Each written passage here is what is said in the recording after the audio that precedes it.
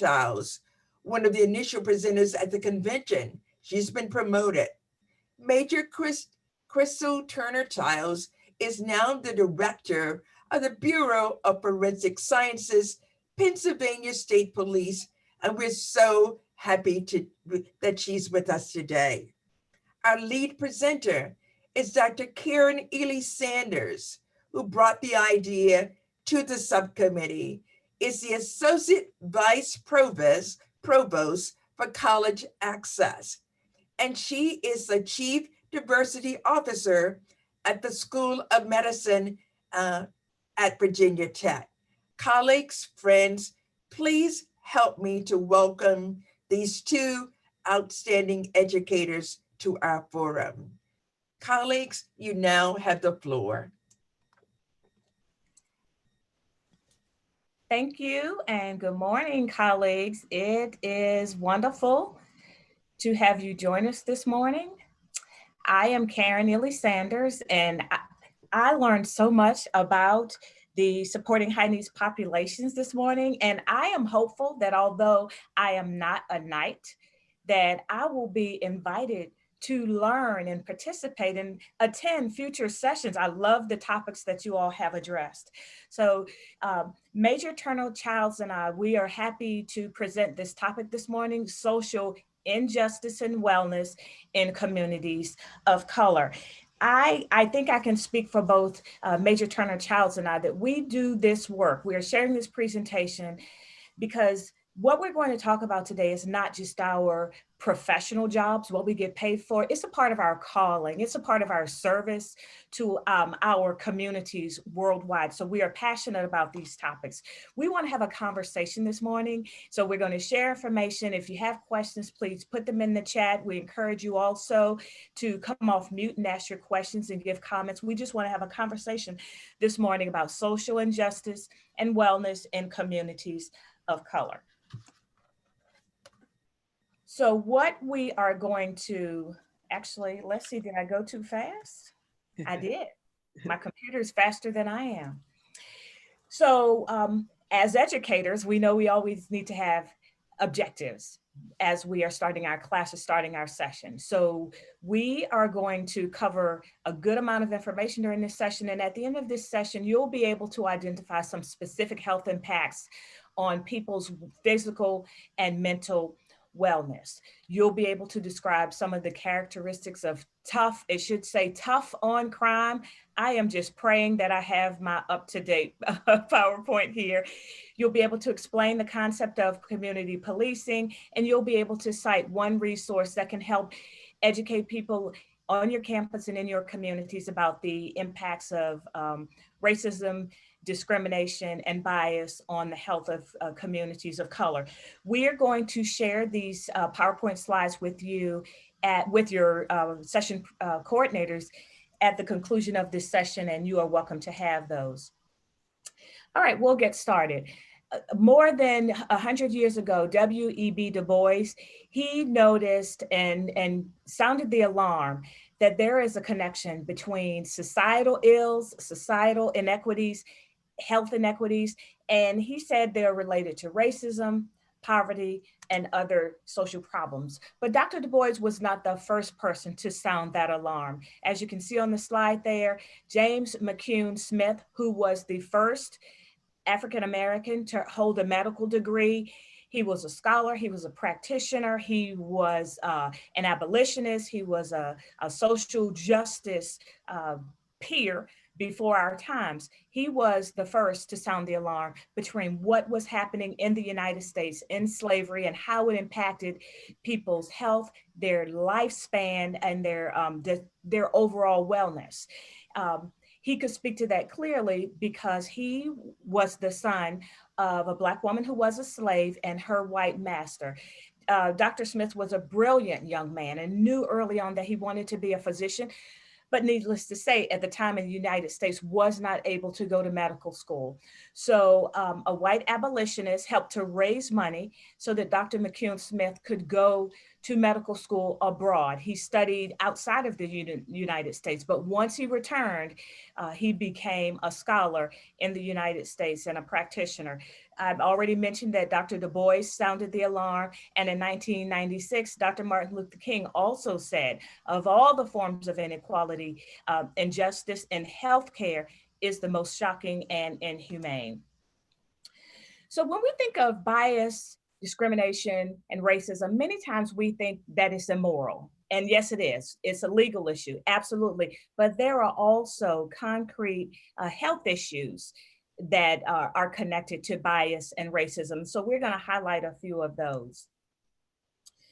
What we know is that when we internalize bias and racism over a lifetime, it contributes to inflammation throughout our body, and it impacts our sleep so that we don't sleep as well. We know that racial discrimination and sexual discrimination are physically toxic to our bodies, to our cells, and our minds, our brains, to all of us who experience it. I am confident that you all are aware of what microaggressions are. I can't read the chat, but if you are aware of microaggressions, if you'll put some examples of microaggressions that you may have experienced, let us know about that. And for our colleagues who may not be aware of what they are, microaggressions are the seemingly trivial everyday slights that people of color and people from minoritized communities often experience. And those things build up over time, and they have an impact on our wellness, our mental health, and our physical health. Racial discrimination, without a doubt, is linked to depression and other kinds of psychological distress. In fact, one research study that I looked at indicates that it contributes to the shortening of telomeres. And the telomeres are the things at the end of our chromosomes that are linked to our lifespan. And when those are shortened, our lifespan is shortened. Individuals who have chronic discrimination have higher levels of stress. Also, Blacks who are in states within the United States that have higher levels of discrimination are more likely to have heart attacks. The research confirms that. In addition, prior to Jim Crow laws being abolished, the infant mortality rate was about 20 points higher in Jim Crow states than in non-Jim Crow states. More health consequences. And colleagues, I'm going to apologize in advance because I do not think I have my most current copy of the presentation. I see some things that I changed. There is an association between perceived discrimination and breast cancer incidents and the outcomes for Black women. Discrimination is also closely associated with lower back pain in Black patients. We also have a spike in blood pressure when we discuss racial stressors for members of the minoritized communities who are joining us this morning. I'm sure you can attest to how you begin to feel when you're discussing racial stressors and discrimination. Your heart beats more quickly, you may get anxious, you may sweat, and it also impacts our blood pressure. By the 5th grade, Black and Hispanic youth are 2 times more likely to report that they have experienced discrimination at school, and that builds into their teen years and their adult years. And again, all of those things continue to accumulate and have an impact on our wellness. In addition, children who have higher levels of ADHD, it contributes to higher levels of ADHD, depression, and other behavioral problems in children and youth. I'm going to skip that one.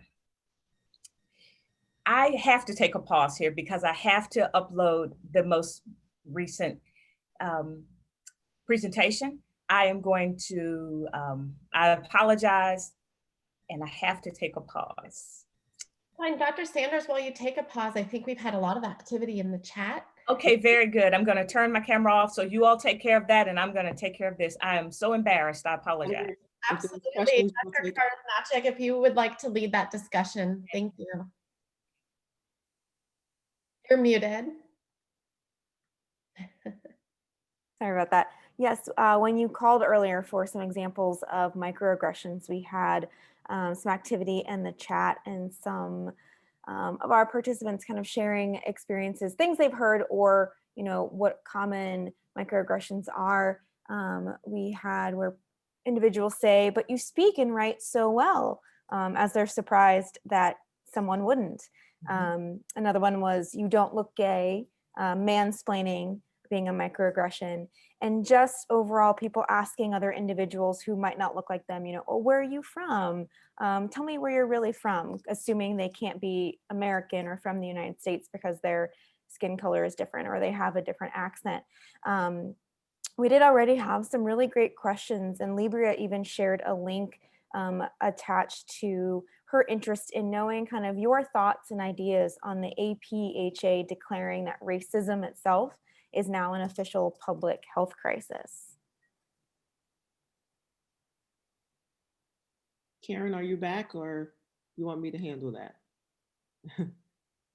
Well, I am in total agreement that racism is a public health crisis. I am a Pennsylvania State Trooper. I've served for 22 years, and I've been Black for a lot longer than that. Certainly, I am well aware and have experienced racism on all types of levels. But I wanted to kind of go back to the microaggressions, because as you move through the work world, I wanted to talk about some of the microaggressions that I've experienced as a female in a predominantly white male profession, just really quickly until Dr. Sanders comes back.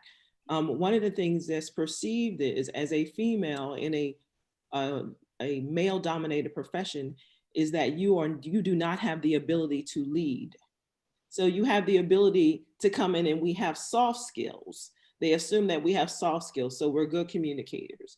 And they assume that we are able to communicate with other women, and we're able to go in and take care of children. But they don't necessarily believe that we could have been out on the front lines at the Capitol and handle an insurgency, okay? And so those are some of the microaggressions that we experience. And so a lot of times when women come into law enforcement fields, we are channeled, we are moved into areas where they're more administrative and they're more soft skills. So you'll see women that are in charge of community related programs and things like that. And listen, there's nothing wrong with it, because we, in my opinion, women, we're good at just about everything anyway. But we also have the ability to lead, and we should be afforded those opportunities. And if we're not afforded those opportunities, then women, what we need to do is kick down doors so that people understand that we can lead. And so those are just some of the microaggressions that I wanted to speak to. Okay, family, I think I have it. Just one more second. I am so sorry and so embarrassed. So please forgive me. Sure, we got you. Come on. I know. Thank you. Thank you. I just need to scroll down to make sure I have eliminated one slide, and then I will know if I am on the right place. This is not the right one.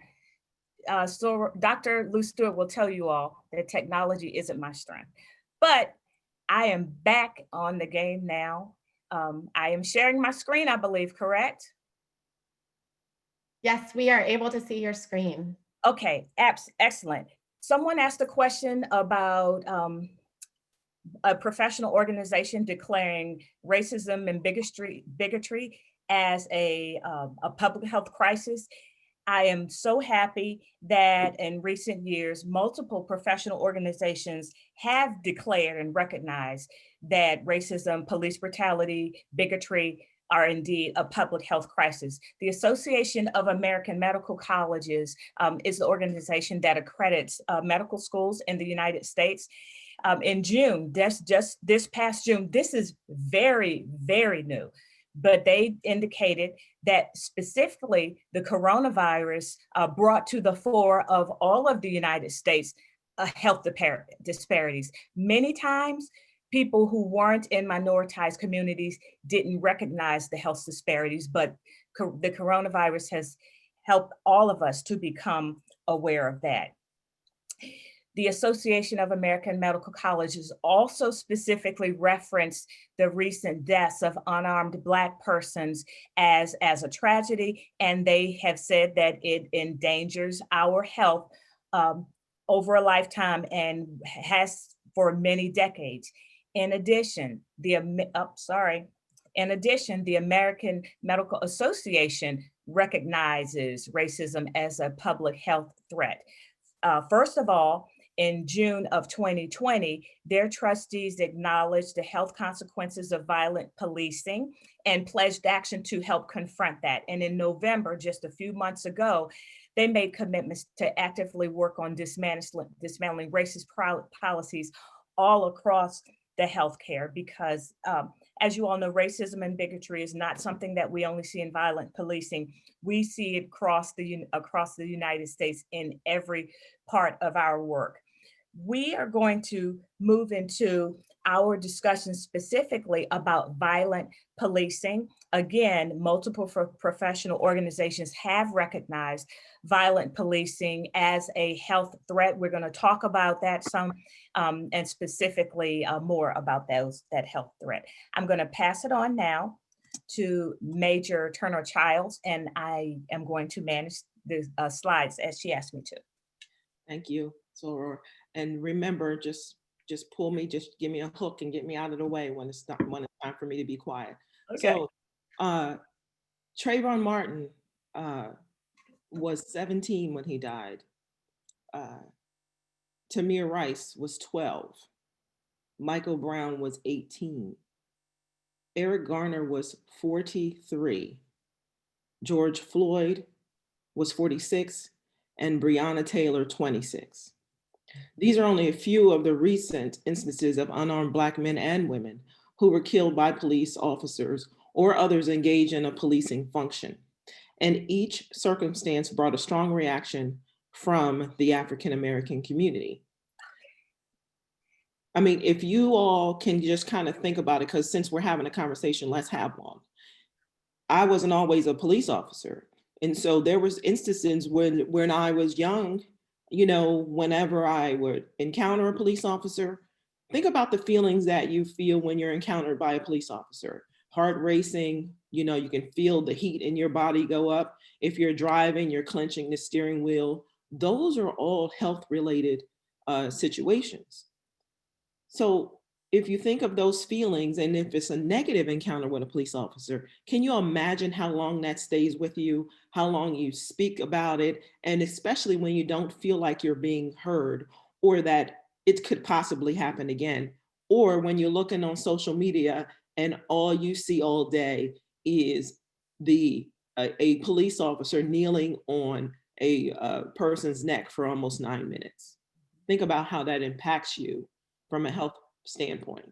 Yes. Those feelings of distrust and miscommunication between African Americans and police officers are problems that must be addressed if there's ever any hope for more police support from communities of color.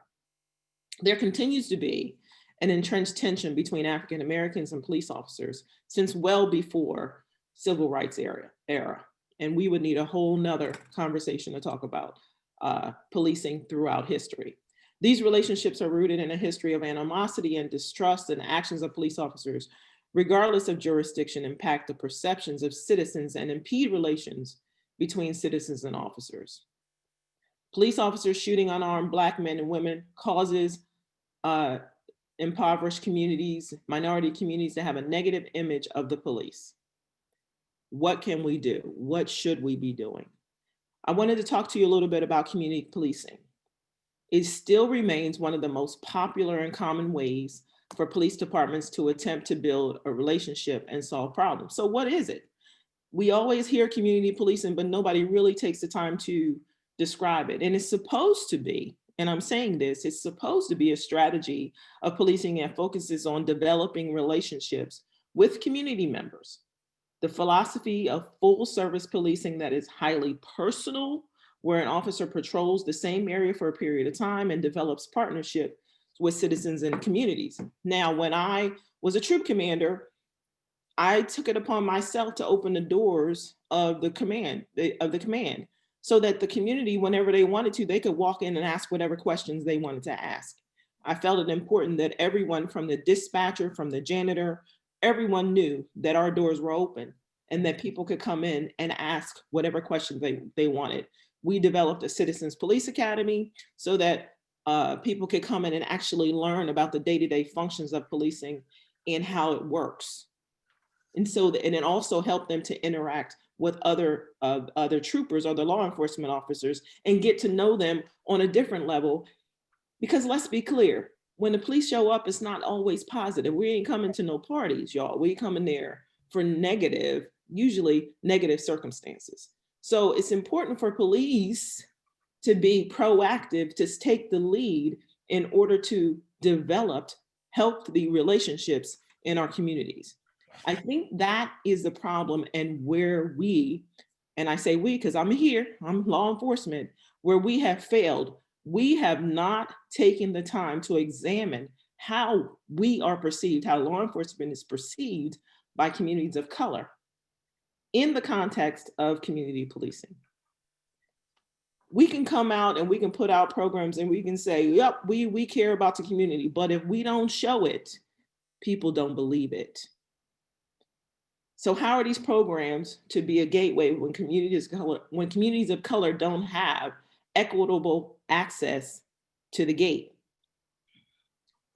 So communities of color tend to be less satisfied with many methods of policing based on crime patrol, media perception, misconduct, and personal experiences. Community policing programs can be aimed toward more community involvement with police functions in hopes of securing a higher level of trust and community between the police and community. However, community policing programs are not the only elements that affect community perceptions of policing. Before I move forward, I want you all in the chat to be thinking about some of the programs that you have perceived as community policing. I'm going to be very candid with you. Having coffee with a cop ain't a whole lot of community policing. I like coffee. I got my coffee right here. But you get to come in, you stand with me for an hour or two, we have some coffee, I answer a couple questions, and I go back about my business and you go to yours.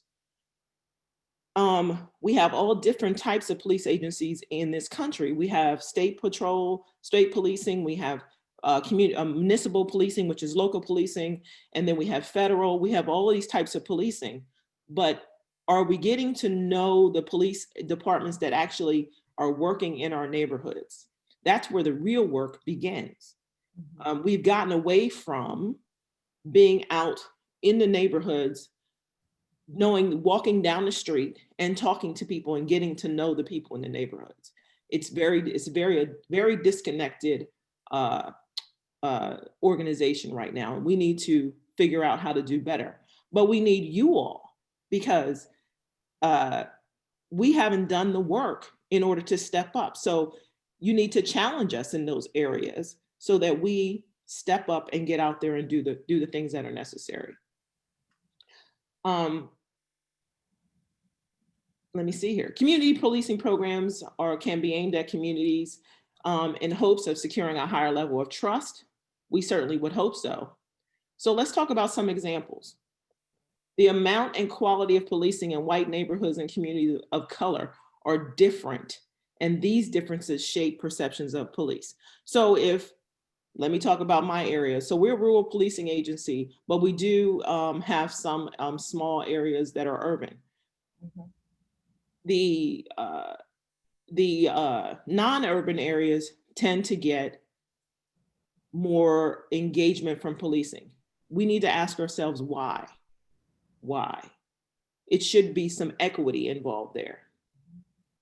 These are the reasons why people that are in impoverished communities perceive police to be in some ways disrespectful, in some ways aggressive, in some ways harassing. Those things are not, we need to believe people when they perceive. You ever try to explain somebody and they say to you, but you don't hear me, you don't hear me.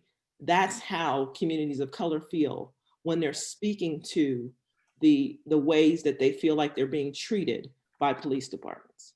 We need to believe them. Historical racism and discrimination has created unequal educational, employment opportunities, and health disparities. And these are areas where crime flourishes. Yeah. As we sit here and go through a pandemic, people in impoverished communities are suffering. I just did a presentation yesterday regarding human trafficking. People in impoverished communities are targeted in those areas, in human trafficking, in all types of crime. They are the victims, and police departments, we need to do a better job. It's the duties of police officers to protect people from crime, and that must also include making them feel safer about crime in all communities. The main objective in community-oriented policing is to impact communities and residents' perception of crime and police performance. So how can you help? How can community-oriented policing help to progress traditional policing? By community partnerships, things like this. We all sit here, we have conversations, you challenge us, you give us ideas. That's how. We need to include the community in the development of community-oriented policing strategy. That is the biggest problem. Police departments come up with these strategies, but they don't involve the people that it's going to affect. That's our number one issue. We need to be committed to these initiatives. So what does that mean? Maybe leadership needs to have a focused section that is targeting community initiatives. We need to share in the problem solving. I'll admit to you that law enforcement, we ain't big on sharing. We're not. We don't come forward, or let me say this, we're fearful of sharing police strategy for whatever reason. It makes absolutely no sense to me. But I think if we engage and involve the community in problem solving, shared problem solving, I think we can create much safer communities. We need to decentralize the redistribution of resources to give law enforcement officers a better understanding of neighborhood concerns. What does that mean? We all heard these words, defund the police. Okay, I'm not fearful of that language. What we need to do is redistribute resources so that police are working hand in hand with social workers, mental health workers, so that when we're responding to situations and it involves someone that's having a mental health breakdown, that person lives to see the next day. Yeah. With more frequent contact between police and community members, the assets could be leveraged to address those concerns. And then finally, this is one that I think is huge. Police organizations need to look at their organizations and find a way to hire more civilians for non-sworn roles. What am I speaking to? I'm talking about dispatchers. I'm talking about administrative roles. In my area that I work in now, Bureau of Forensic Services, I work with a lot of civilians because they're scientists, but we also need to hire more people that are from the community, that are community analysts. Ask the FBI. The FBI is getting most of their tips right now from the digital information that they're getting is from people that are social media.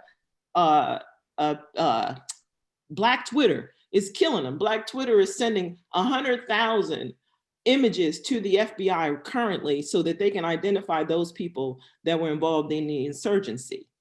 Those are the types of things that we need. We need people that are adept in those types of areas. Crime is evolving. Where am I at, Soror? Am I good? Oh, hold on. Okay. Oh gosh, I can't. Oh, it's okay. So I welcome your comments. I welcome your ideas. Certainly, I'm still going to be in this role for a few more years yet, and I want to see us grow. I want to see policing change. Pennsylvania State Police have been around since 1905, and it's time for us to not be so arrogant to think that in 115-year history that we can't change. So I welcome any information that you may have. Okay, yes, I am so sorry. I am so technologically challenged. I'm really sorry. What I'm going to do, thank you, Major Turner Childs. There are some slides that I sped through, but I want to go back to a couple of those.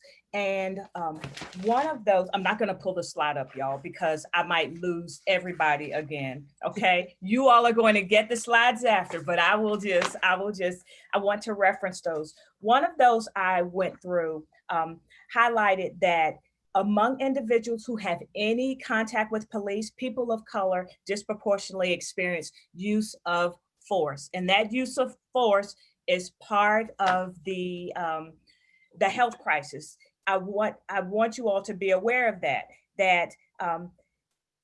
I'm going to break it down more simply in Black, Hispanic, and white. So about 70% of the people who have contact with police are white in a negative way, are white people, and the rest are non-white people. However, less than half of the white people who have contact with police say that they experience disproportionate, unnatural, unnecessary force. So that's one of the places where it starts. So when I send you all that, I want to, when we send you the slides, I want to call your attention to that. I also want to call your attention to the mental health piece. There is no way to deny that mental health plays an important role in the interactions that all people may have with police. What research shows is that when police are called to a scene and a person ends up being killed who is not a police officer, 43% of those individuals from all backgrounds have been treated for a mental health problem. 34%, just more than 1/3, are currently being treated for a mental health issue. So 1/3 of the people who are killed by police are currently in a mental health crisis. Alcohol and drug abuse, drug dependence plays a role as well. 23% of the people who are killed by police are dealing with a current alcohol or other kind of dependence problem. 27% are dealing with a drug abuse problem. And again, of all of the people who have ever been killed by police in recent years, 43% have been dealing with a mental health issue. And so what that says to me is we need to make sure we are providing training to our law enforcement professionals on how to accurately identify if this is truly a crime issue first and foremost, or if it's a mental health issue first and foremost. I can't see the chat, but I see some things popping up. I don't know if there are any questions there. Jules has asked, could law enforcement create villages so that people know who and where their village is and which people they can contact to? That's a great idea. Major Turner Childs, I don't know if you have any experience with creating those villages, or are there any in Pennsylvania? I'd have no experience with creating the villages, but I think it's an absolutely wonderful idea. I was reading it as you were reading it also.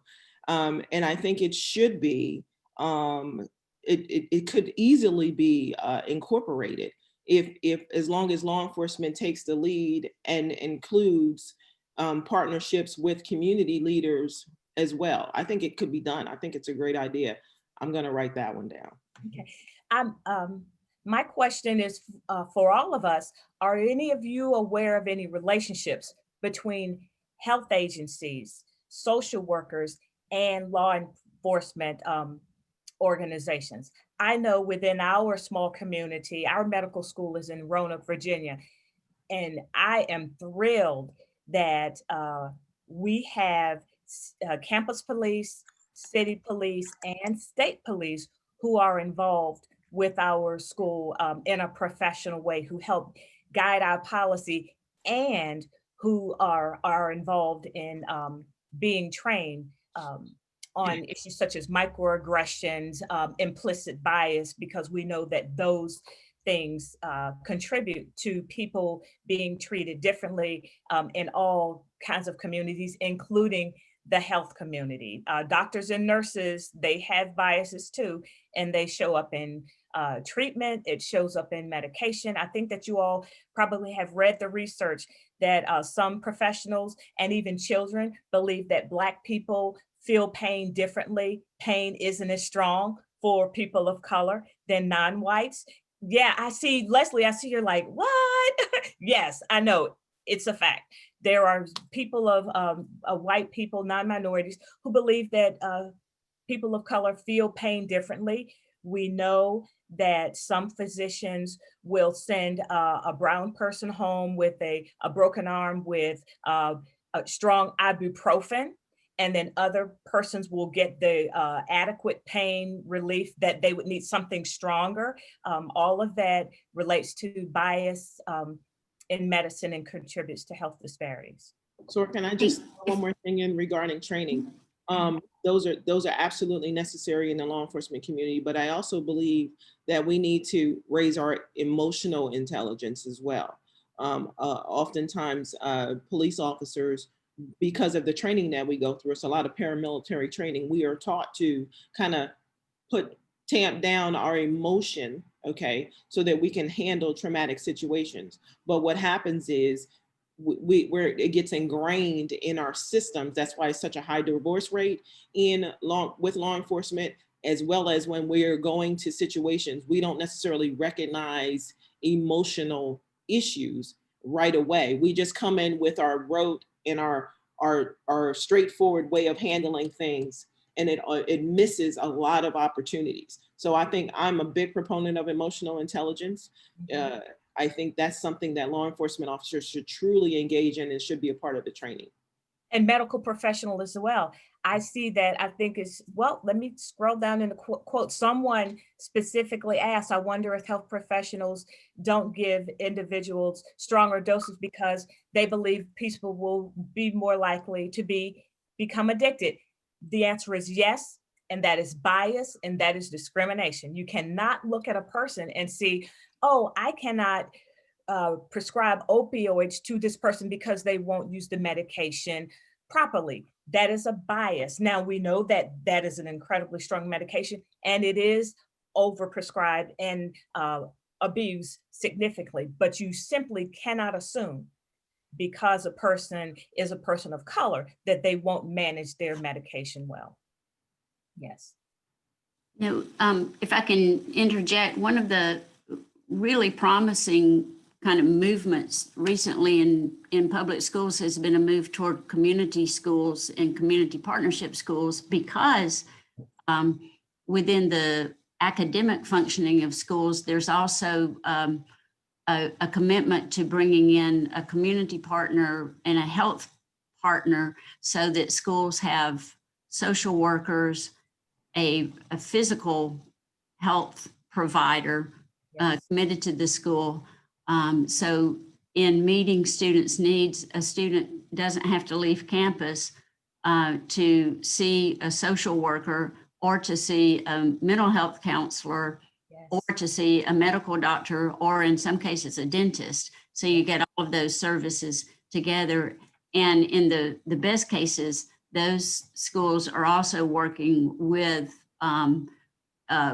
police officers or security officers, either school resource officers or the local policing services to address security issues around the school. So the health issues are not only for the students in the school, but for the neighborhood. Yes. So we have in Orlando, OCPS ACE, Evans High School, Jones High School, Eccleston is on the cusp of full-blown community partnership school. So we're very fortunate that the Title I schools are becoming, are kind of stepping into community partnership schools and those resources because they really support more holistically the students and their families. Holistic, that's the word. Thank you for sharing that, Dean Carroll. I want to invite you all to visit the website of one of my partner schools. It's in Newport News, Virginia, inner city Newport News, Virginia. It's called An Achievable Dream. It's a perfect example of a community partnership. It's a partnership with Newport News City Public Schools, but they have partnered so that with this school, they have a few elementary schools and one middle and high school. the school raises a lot of money to ensure that they can provide additional services. And they do have a health clinic in that school.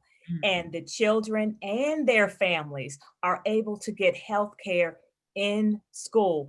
In addition to the typical resource offer, there is a partnership with the local police department and sheriff's department so that they come to the school every day, not with a focus on safety, but with a focus on community building and getting to know the families.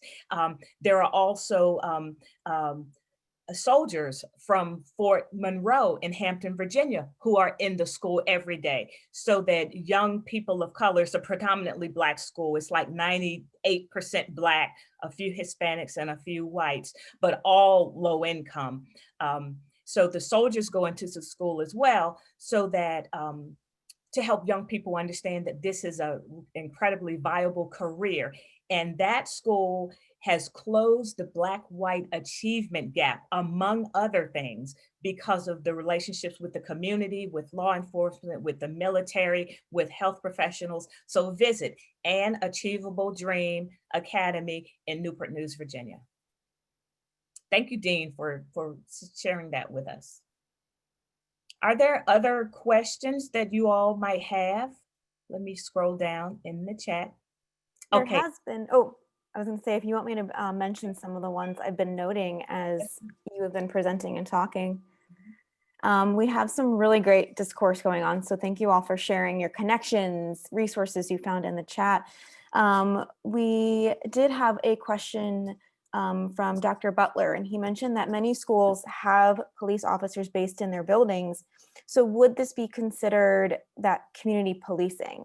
And are there other ways to address community and school needs in lieu of having that law enforcement presence in school? So I served as a school resource officer when I was coming up through the ranks of the Pennsylvania State Police. Initially, the school resource officer was placed in the school in order to, the concept was that having the police officer there would help to engage the students and also let the students know that there was a on-duty officer there and help to quell disruption and school breaking of rule breaking and things like that. Okay, what happened, or what happens, or at least what I've seen, is unless the engagement is ongoing, where the officer doesn't just come in and sit in an office and then come out and help break up fights, Yeah. it doesn't really do any good to the student. And so what we tried to do when I was in this school is the principal actually gave the police officers an opportunity to present, to actually go into the classrooms and talk about what we do and why we did it, so that they would get to know us a little bit better. We were challenged to actually be out in the hallways as classes were moving through, saying hi, giving high fives, and actually engaging with the students. What I've seen and learned over time is if you don't have the leadership from the school as well as the police department, the school resource officer just tends to be an on-duty security guard.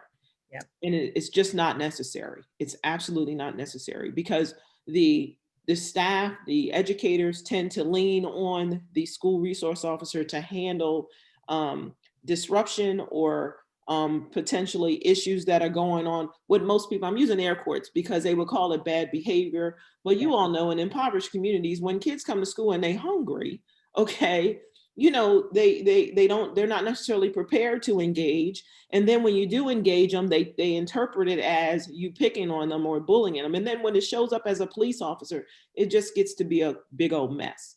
So here they eliminated some of the school resource officers from the schools, and I was happy to see it. I think that the same, if you want to do community partnerships, I think you can do that within the school by just inviting law enforcement in to do presentations. One of the things I did is coming up in the middle schools was I I actually had a curriculum and I actually loved it. I was on this schedule. I had to turn in my curriculum to the principal, and I had, I would come in and I actually had a class period where I would actually come in during the school year and engage the students. I brought a helicopter to the inner city, y'all. The helicopter landed on the basketball court. Okay. Yes. I mean, it was amazing. I had horses in the inner city so that they could engage and see all the different ways that policing, that we do our jobs. It was amazing. The kids just lit up. And what blew my mind is maybe 10 years ago, I was at a gas station pumping my gas, and I'm there pumping my gas, and I hear this loud squeal of Trooper Turner Childs. And it shocked me, right? So I turned, and this kid, well, he wasn't a kid, he was a man, and he's about 6'3". He comes over and gives me this great big old hug. And I look at him and I could see that little middle school face, okay, of the young man that, would come, that actually was in my program, come up and give me a hug. And he told me he went on to be into the military. So there are ways that it can be done, but I don't think that we should be coming in and taking on a role of disciplinarian. That should not be what a school resource officer's job is. So I wrote a note in the chat that my local school district, Montgomery County, Virginia Public Schools, we recently finalized an MOU with our sheriff's department, police department, all of law enforcement to redefine the role of school resource officers.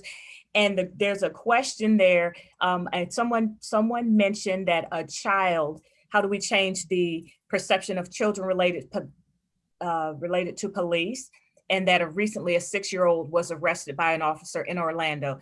That's why we established the MOU, because, oh my gosh, that is so not okay. That is life-changing. We can almost be certain that that 6-year-old will grow up with mental health challenges, and certainly the relationship they have with police isn't good. So I want to share the copy of our MOU and we did it through our local NAACP and our local community organizing groups. So it's an MOU. It redefines what SROs can do and when assistance should be called and whether or not kids can be restrained, etc. So I think part of that is talking with law enforcement and schools and health professionals and coming up with MOUs and putting it in writing and holding people accountable. And I think another strategy is building community policing advisory boards and including physical and mental health professionals on those boards. We really need for these professionals to come to the table regularly, not when there is a shooting and a killing in our community, not when someone has stormed the Capitol. This needs to be ongoing and engaging so that we can solve problems and not just talk about them for 48 hours after an issue has occurred in our state or in our country. Absolutely.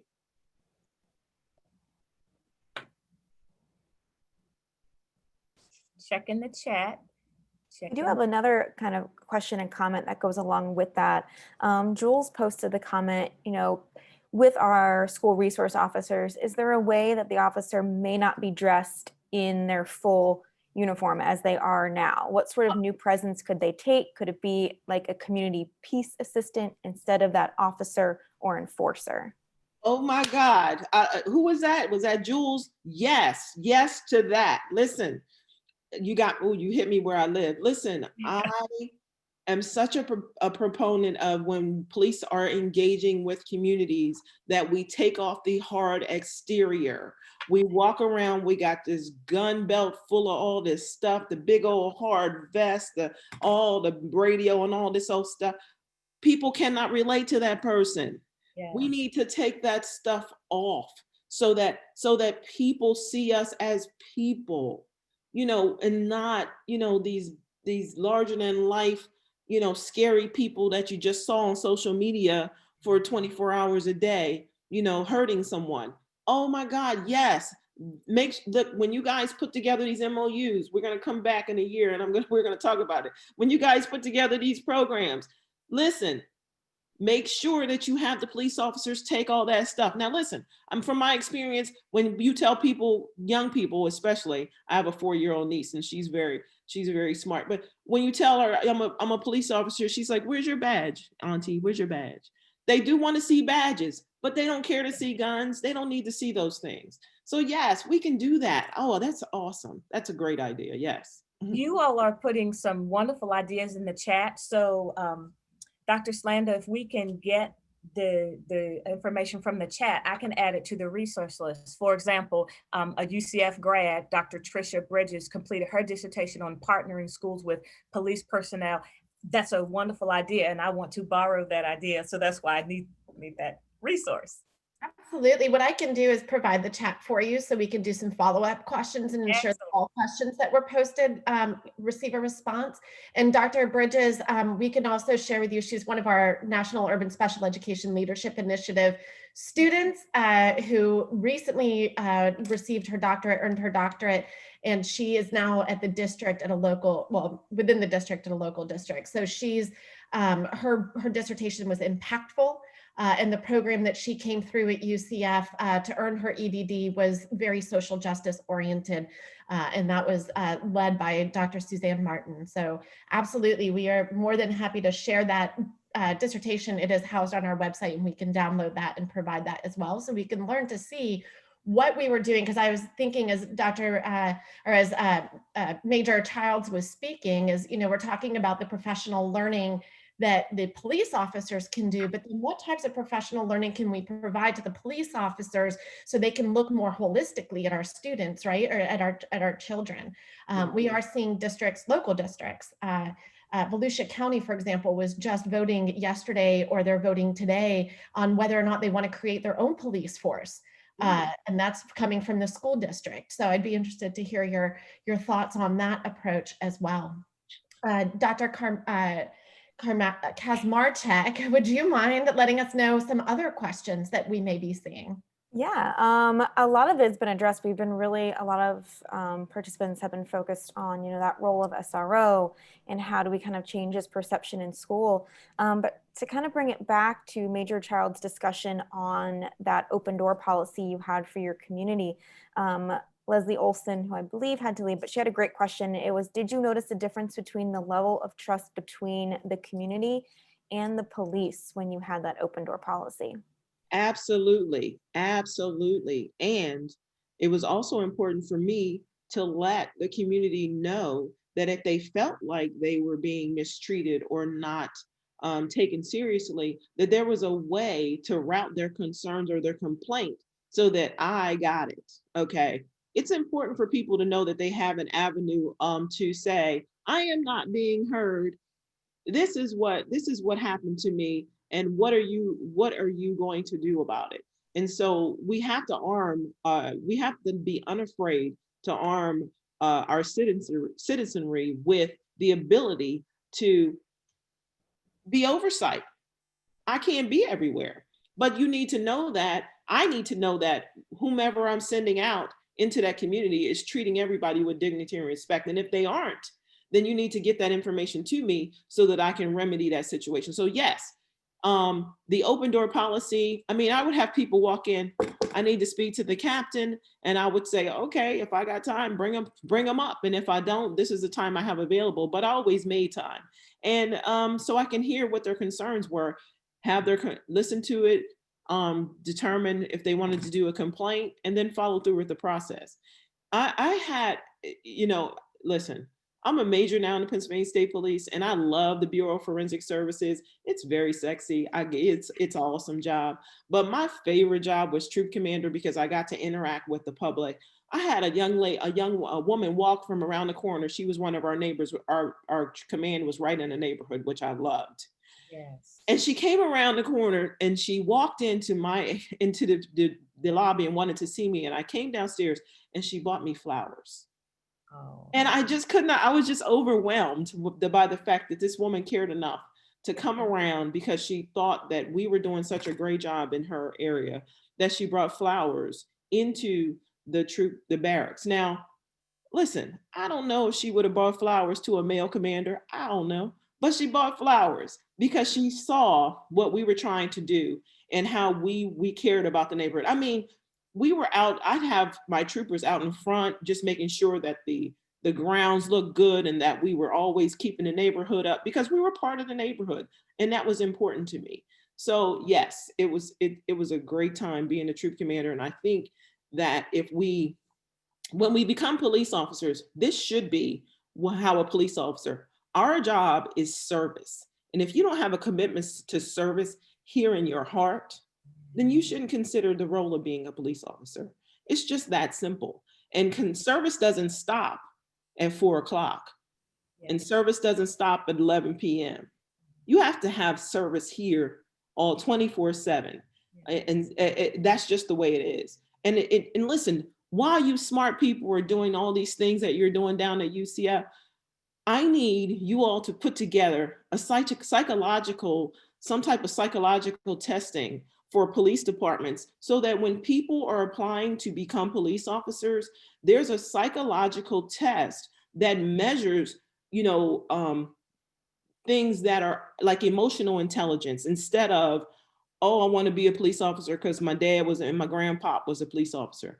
I need you to develop something that measures whether or not someone wants to be a police officer because unfortunately they were bullied as a child and now they feel like, oh, I become a police officer and now I get to, enact some type of, get back. That's what I need. That's what police departments need. We have psychological tests, but they're really very outdated and don't do us any good as far as measuring why someone would want to become a police officer. I know we're winding down, but there's a question, Major Turner Childs, that I'd like for you to quickly just touch on. And it talks about how to bring your concept of true community policing to the South. Listen, I'm retiring in 2 years and I like Florida, but no, no, seriously. I think it's important for people that are in police officer leadership in police organizations to be challenged. That's what you guys can do. And when you come to them, you can challenge them on things that they are doing in community and hold them accountable. And, it's not enough for us to stand up at podiums and look and because we get off on that. Law enforcement, we stand up in podiums with our uniforms all pressed and clean and all that other stuff and say this and that and what we're going to do. But really, I need you to show me. I don't want you to tell me, I need you to show me what you want to do. Dr. Sanders has a wonderful picture of a police officer that is sitting next to a young lady next to the police car, and she comes down into her level and sits down on the ground and engages her while she's eating a bag of potato chips. That's what policing is about. And thank you. And we're going to pass it back to Dr. Slanda. Thank you, Dr. Ely Sanders and Major Turner Childs. What a timely presentation. We are so thankful that you joined us this morning. And Dr. Lou Stewart, for a few concluding thoughts, please. Thank you very much. Colleagues, friends, neighbors, graduates, students, supporting high needs populations track was created in order for us to engage in these meaningful conversations. And sometimes these conversations are not pretty, but they are so real. These are conversations that persons who live in vulnerable communities must address. And that's why we're here to offer support. On this day, January 13, 2021, which has so much significant meaning for so many of us, just to come together to talk as a family of engaged learners, to just say, what will be our next steps? So on behalf of the Supporting High Needs Populations Track and Dina Slanda and all of us in the College of Community Innovation and Education, we thank you so very much for being here, and do know that we hope to see you Wednesday and February 17th for a real, what we call third Wednesday, so you won't say we can't count anymore. Major Crystal Turner Childs and Dr. Karen Ely Sanders, come back when you're not on the agenda, because once you come, then you're no longer a guest presenter, you're just a guest. Thank you, colleagues. Dr. Slander? Thank you. Thank you, everybody. We really appreciate it.